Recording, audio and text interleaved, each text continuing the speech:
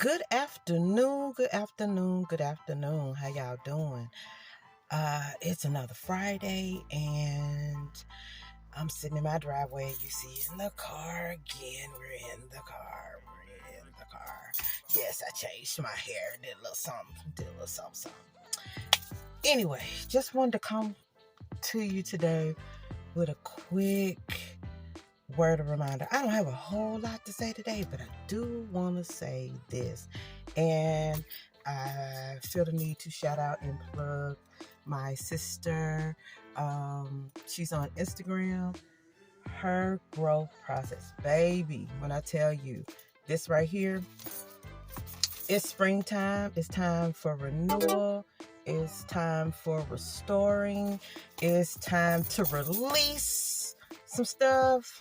This right here, baby, if you could just get through the prayers in this book, it will help you get you all the way together, because in this season, it's time for us to stop looking at other people, stop matching energy, and start holding ourselves accountable. And there are things that we have held. And please understand that unforgiveness will make you sick.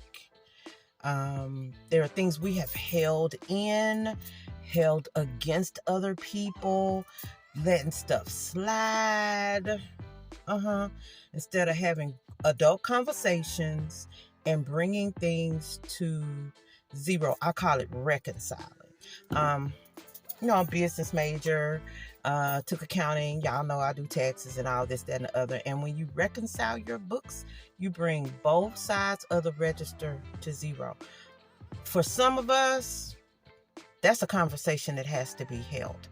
It can be a hard conversation, and it can lead you down the path of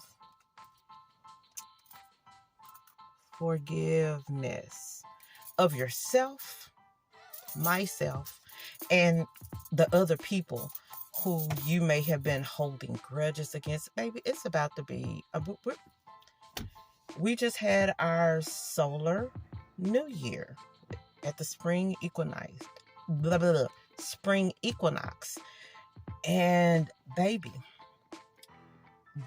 my grass is real green right now. We've had the yard man already come and cut and weed eat and all that, because stuff is about to start really growing and renewal has already started. Start your journey of renewal. Get you together. Take care of you. Baby, holding things against people, holding grudges is like you drinking poison and expecting somebody else to die, the other person to die. It does not work that way. You gotta release, let go, set yourself, and you gotta be okay. And sometimes a part of that is accepting an apology you haven't received in order to release some things. No, forgiving a person does not make infractions okay. Let me say that again for those in the cheap seats. Forgiving someone does not make the infraction okay. But what it does for you is create freedom, a release, an emptying out. I've done all I can do. And so therefore I release them, whether they forgive me or not, whether they apologize or not, whether they do their work, I'm doing my work. And a part of that is examining me, considering my ways. That's what the scripture says. It says to young men, because, hey, if you think I'm part of the patriarchy or whatever, but I believe that our Creator created man first, Adam, and created them to be in leadership and headship positions. The fact is, though, that's the truth. And the fact is, a lot of men haven't seen it. A lot of men don't know it. And they don't have examples of how to do these things, to be in leadership roles. They've only been led. Let me get on my soapbox one more time. Because of absent places in the home, in the family structure. Even if the husband or father was there, he was still absent. I know you've heard the term married single mom, because men feel like some men, I'm not going to put that on every man, but there are some men who feel like their job is to provide, and they don't carry any of the weight when it comes to raising kids, because raising their kid is them babysitting. Baby, no. But when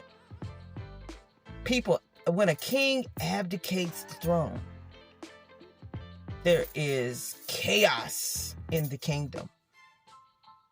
There's a fight for heirs, the next succession.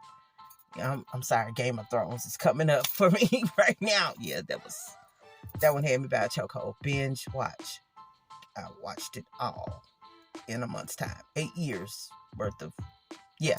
Anyway, but when a man relinquishes that position of authority in his household, children suffer. Children suffer. And so therefore, sometimes our young men have not had the opportunity to see what leadership looks like, and hurt happens. They may not even intend it. A lot of times they don't even know any better. However, just because it may not be your fault, it is your responsibility to take care of you. Let me say that one more time.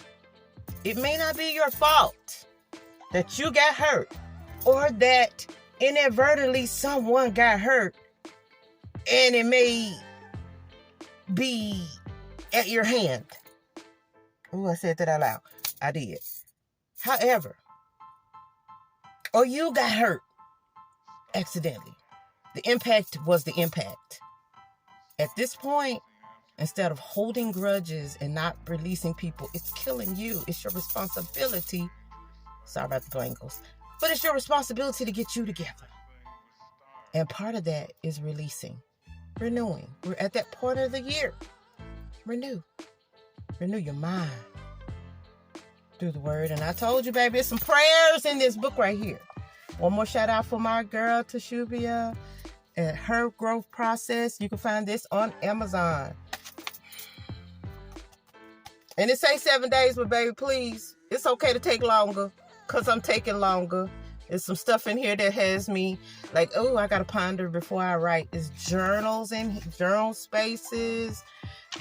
I told you, prayers, quotes that cause you to think about your responsibility for you. Because at the end of the day, when it's time to stand before the Most High, He's not going to talk about what they did. He's going to ask you what you do. What did you do? How did you handle? What was your response?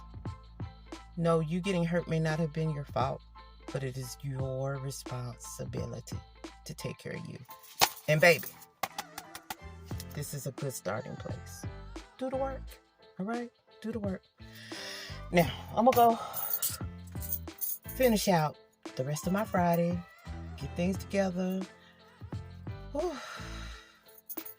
Bottled up some homemade wine yesterday. Getting ready for Passover. Yes, it's ready and it tastes real good. Yes, I had to sample my own wares and it tastes pretty good. Nevertheless, I'm going to get back to my Friday. Let you get back to yours. I pray you have a most restful and restorative weekend, especially the Sabbath, which is tomorrow. Well, starting sundown tonight. Nevertheless, I love you, you, and all y'all. Okay? Professor out.